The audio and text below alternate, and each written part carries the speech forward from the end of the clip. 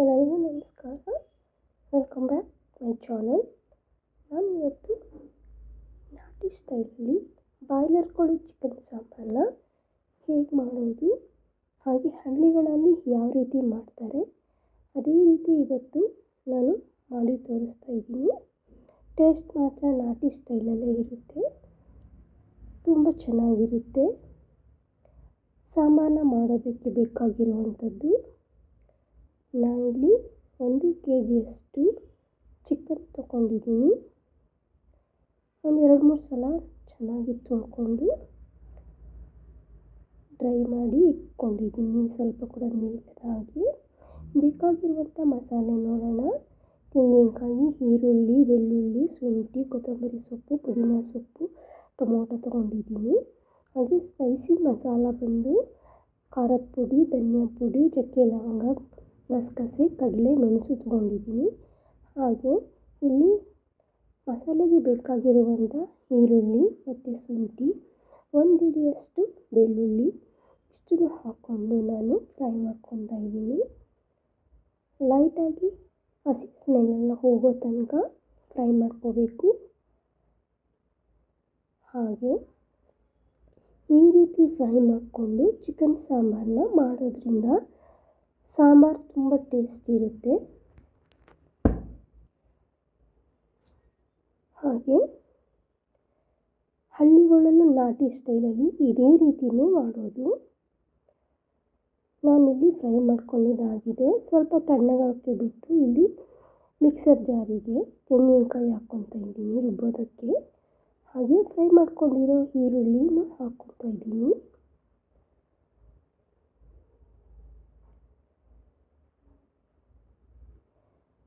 ನಾನು ಹುರ್ಗಡ್ಲೆ ಹಾಕ್ಕೊತಾ ಇದ್ದೀನಿ 1-2 ಸ್ಪೂನಷ್ಟು. ಹಾಗೂ 1 ಸ್ಪೂನಷ್ಟು ಗಸಗಸೆ ಹಾಕ್ಕೊತಾ ಇದ್ದೀನಿ. ಹಾಗೆ ಚಕ್ಕೆ ಮತ್ತು ಲವಂಗ ಕೂಡ ಹಾಕ್ಕೊತಾ ಇದ್ದೀನಿ. ಮೆಣಸು ಅದನ್ನು ಕೂಡ ಹಾಕ್ಕೊತಾ ಇದ್ದೀನಿ. ಇಷ್ಟನ್ನು ಹಾಕ್ಕೊಂಡು ನಾನು ಫೈನ್ ಪೇಸ್ಟಾಗಿ ರುಬ್ಕೊಂಡು ಬರ್ತೀನಿ. ರುಬ್ಕೊಂಡು ಬಂದಿದ್ದಾಗಿದೆ. ನಾನು ತುಂಬ ನೈಸಾಗಿ ರುಬ್ಕೊಂಡು ಬಂದಿದ್ದೀನಿ. ನೋಡಿ ಎಷ್ಟು ನೈಸಾಗಿ ರುಬ್ಕೊಂಡು ಬಂದಿದ್ದೀನಿ. ಚಿಕನ್ ಸಾಂಬಾರಿಗೆಲ್ಲ ಇದೇ ರೀತಿ ರುಬ್ಕೊಂಡು ಬರಬೇಕು, ತರಿಯಾಗೆಲ್ಲ ಇರಬಾರ್ದು. ಹಾಗೆ ನಾನು ಇದಕ್ಕೆ 2 ಸ್ಪೂನ್ ಆಗೋಷ್ಟು ಧನಿಯಾ ಪುಡಿ, ಅಚ್ಚ ಖಾರದ ಪುಡಿ 2 ಸ್ಪೂನಷ್ಟು, ಹಾಗೂ 2 ಟೊಮೊಟೊ, ಹಾಗೆ ಸ್ವಲ್ಪ ಪುದೀನ, ಹಾಗೆ ಸ್ವಲ್ಪ ಕೊತ್ತಂಬರಿ ಸೊಪ್ಪು, ಇಷ್ಟನ್ನು ಹಾಕ್ಕೊಂಡು ರುಬ್ಕೊಂಡು ಬರಬೇಕು.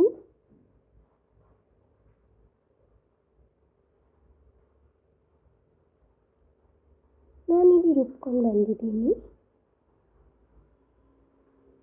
ಅದನ್ನು ಕೂಡ ಸೇರಿಸಿ ಎಲ್ಲ ಒಟ್ಟಾಗಿ ತುಂಬ ಫೈನ್ ಪೇಸ್ಟಾಗಿ ರುಬ್ಕೊಂಡು ಬಂದಿದ್ದೀನಿ. ನಾನಿಲ್ಲಿ ಚಿಕನ್ನ ಫ್ರೈ ಮಾಡೋದಕ್ಕೆ ಅಂತ ಒಂದು 3-4 ಸ್ಪೂನಷ್ಟು ಎಣ್ಣೆನ ಬಿಸಿ ಮಾಡೋಕ್ಕೆ ಹಾಕ್ಕೊಂಡಿದ್ದೀನಿ. ಎಣ್ಣೆ ಬಿಸಿ ಆದಂಗೆ ನಾನಿಲ್ಲಿ ಚಿಕನ್ನ ಫ್ರೈ ಮಾಡೋದಕ್ಕೆ ಹಾಕ್ಕೊತಾ ಇದ್ದೀನಿ. ನಾನಿಲ್ಲಿ ಹೆಚ್ಚಿಗೆ ಎಣ್ಣೆ ಅಥವಾ ಯಾವುದು ತುಪ್ಪ ಅದನ್ನು ನಾನು ಬಳಸೋದಿಲ್ಲ.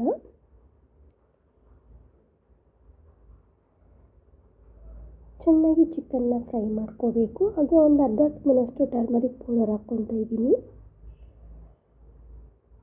ಅದನ್ನು ಚೆನ್ನಾಗಿ ಮಿಕ್ಸ್ ಮಾಡ್ಕೋಬೇಕು.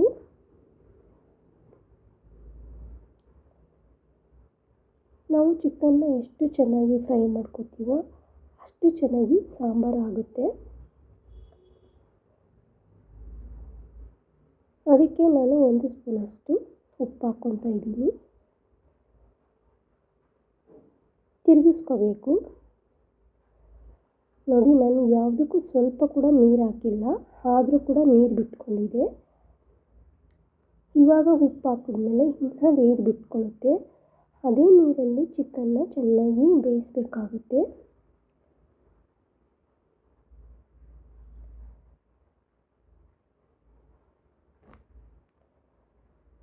ಚೆನ್ನಾಗಿ ಬೆಂದಿದೆ. ಕಂಪ್ಲೀಟಾಗಿ ನೀರೆಲ್ಲ ಡ್ರೈ ಆಗಬೇಕು.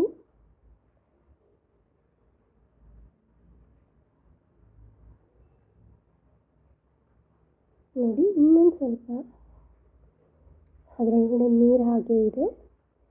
ನೋಡಿ, ಕಂಪ್ಲೀಟಾಗಿ ಡ್ರೈ ಆಗಿದೆ. ನಾನು ರುಬ್ಬಿರುವಂಥ ಮಸಾಲೆನ ಚಿಕನ್ಗೆ ಸೇರಿಸ್ಕೊತೀನಿ.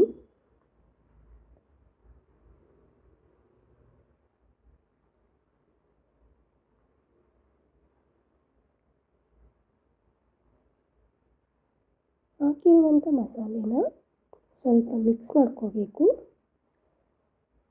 ಚಿಕನ್ನಿಗೆ ಎಲ್ಲ ಸೆಟ್ ಆಗೋ ಥರ.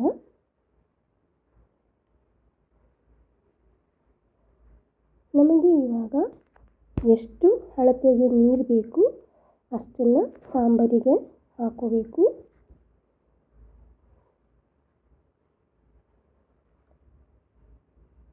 ಸಾಂಬಾರು ತೆಳುವಿದ್ದಷ್ಟು ಸಾಂಬಾರು ಚೆನ್ನಾಗಿರುತ್ತೆ.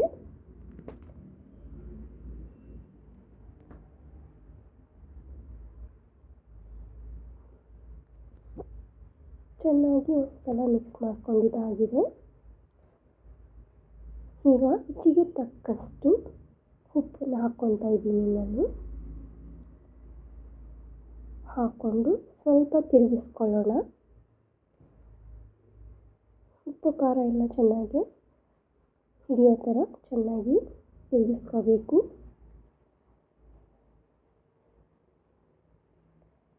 ನಾನು ಕಟ್ ಮಾಡ್ಕೊಂಡಿರುವಂಥ ಟೊಮೊಟೊನ ಇವಾಗ ಹಾಕ್ಕೊತಾ ಇದ್ದೀನಿ.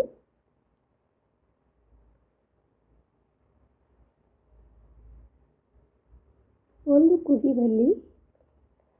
ಬಂದಿದೆ. ಇವಾಗ ಒಂದು ಸಲ ತಿರುಗಿಸ್ಕೊಂಡು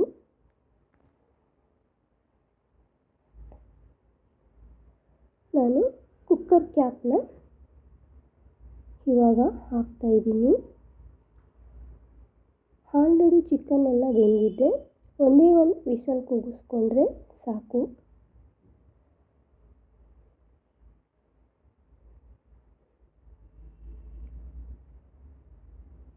ಒಂದು ವಿಷಲ್ ಕೂಗಾಗಿದೆ.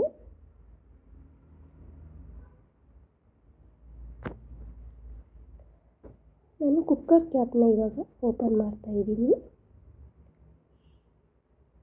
ನೋಡಿ, ಸಾಂಬಾರು ಎಷ್ಟು ಚೆನ್ನಾಗಾಗಿದೆ ಅಂತ. ಸಾಂಬಾರು ತುಂಬ ಘಮ ಘಮ ಅಂತಿದೆ. ಚಿಕನ್ ಸಾಂಬಾರು ನಾಟಿ ಸ್ಮೆಲ್ಲೇ ಬರ್ತಿದೆ.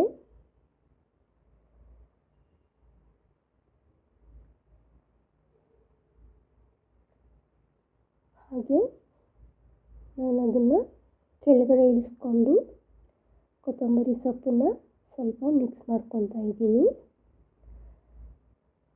ಕೊತ್ತಂಬರಿ ಸೊಪ್ಪೆಲ್ಲ ಮಿಕ್ಸ್ ಮಾಡಿದ್ರೆ ನಮ್ಮ ಚಿಕನ್ ಸಾಂಬಾರು ರೆಡಿಯಾಗಿದೆ. ನಾನಿವಾಗ ಒಂದು ಬೌಲ್ಗೆ ಸರ್ವ್ ಮಾಡ್ಕೊತೀನಿ. ಟೇಸ್ಟ್ ಮಾತ್ರ ತುಂಬ ಚೆನ್ನಾಗಿರುತ್ತೆ. ನೀವು ಒಂದು ಸಲ ಮನೆಯಲ್ಲಿ ಟ್ರೈ ಮಾಡಿ. ಇದೇ ರೀತಿ ನಾವು ಹೊರಗಡೆನೂ ತಿಂತಾ ಇರ್ತೀವಿ, ಆದರೆ ಈ ರೀತಿ ಸಾಂಬಾರನ್ನ ನಾವು ತಿಂದಿರೋದಿಲ್ಲ, ಮನೆಯಲ್ಲೂ ಮಾಡಿರೋದಿಲ್ಲ. ಈ ರೀತಿ ಒಂದು ಸಲ ಟ್ರೈ ಮಾಡಿ. ನಾನು ಮುದ್ದೆ ಜೊತೆ ಸರ್ವ್ ಮಾಡ್ತಾಯಿದ್ದೀನಿ.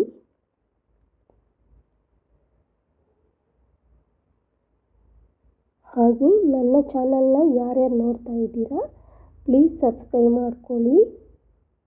ಹಾಗೆ ನಮ್ಮ ಚಾನಲ್ನ ನೋಡ್ತಾ ಇರಿ. ನಾನು ನಿಮಗೆ ನೆಕ್ಸ್ಟ್ ವಿಡಿಯೋದಲ್ಲಿ ಸಿಗ್ತೀನಿ. ನಮಸ್ಕಾರ.